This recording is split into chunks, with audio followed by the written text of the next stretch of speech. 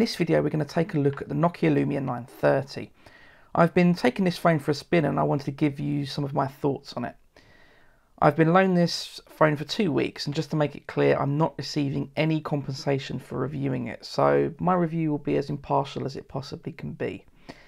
So first of all, let's talk about the main specs of the phone. Now the 930 has a 5-inch screen with a full HD 1920 by 1080 display resolution, which comes in at 441 ppi. It's powered with a Snapdragon 800 CPU with a clock rate of 2200 MHz. It has 2GB RAM and 32GB storage space. It has a 20 megapixel camera with full HD recording, or with the new Denim firmware update, 4K video recording. It has a 2420 mAh non-replaceable battery, wireless charging, NFC and various sensors such as ambient light sensor, gyroscope and accelerometer.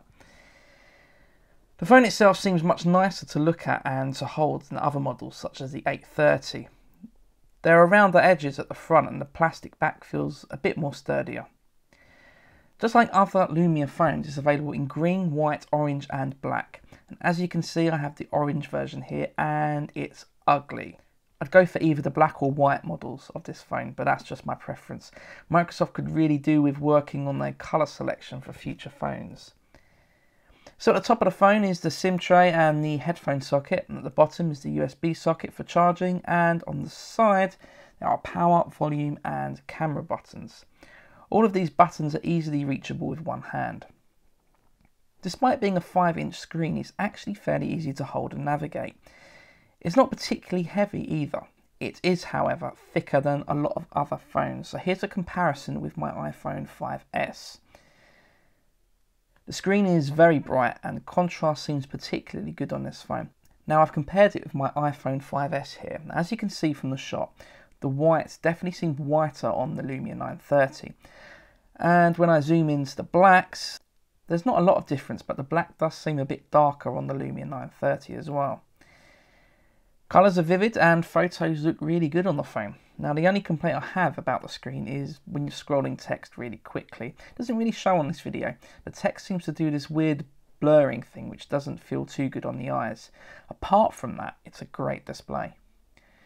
Now using the phone is a very nice experience. The higher specs of this phone means that there's no lag, everything feels quick and it handles processor hungry apps and games extremely well. Now if you're into mobile gaming, then this is a great phone to have. The combination of the high quality display and the processing power makes games look awesome. In terms of available apps, things are getting better for Windows phones, but there's still some way to go before it can even compare to iOS and Android.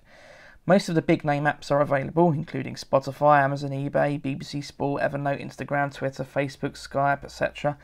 The big noticeable absences are the Google apps though, such as YouTube, Google Calendar, Google Mail, Google Docs.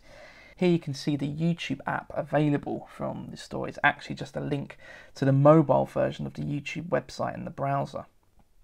If you're already part of the Windows ecosystem, then getting a Windows phone may be a bit of a no-brainer. If you're switching from iOS or Android, you may find the missing apps you previously used a bit frustrating. Now let's take a look at the camera. As I mentioned previously, the Lumia 930 has a 20 megapixel camera. The camera is fairly quick, especially in brighter lighting conditions. What I've found with the photos taken on this phone is that it seems to boost sharpness and saturation levels in comparison with other phones. On the screen it looks great. But if you're a frequent mobile photographer, then I recommend trying it out before you buy. I can see some people liking it a lot whilst others will probably hate it. Video recording is also a great feature of this phone. At the time I was filming this review, the 930 could record in Full HD. However, the evening that I'd finished, the Denim update arrived on the phone. Denim is a firmware update that brings camera improvements to a number of Lumia phones. One of the big features that came with it was 4K video. Now I've recorded a sample of 4K video on the 930 and I've put that in a separate video, so I'll put a link to that below in the description. So a few other things worth mentioning. The battery seems to last quite well and I've got a couple of days of moderate use out of it. Charging does seem to take a while longer than I'm used to though. Unlike other models such as the Lumia 830, you can't add additional storage in it, which seems a bit of a shame.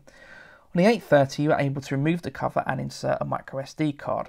Still, 32 gigabytes of storage is a reasonable amount to have, but if you take a lot of photos then you'll need to store these in the cloud or download them to your computer. So overall, an impressive phone. If you're a moderate smartphone user, then there's a lot to like about it. Switching from another ecosystem will take some getting used to, as I said before. But Microsoft are doing some great things recently, so let's hope more developers join the Windows platform to help it compete with iOS and Android. So that's the end of this review for the Nokia Lumia 930. If you found this video useful, please like, comment and subscribe, and I'll be back soon with another video.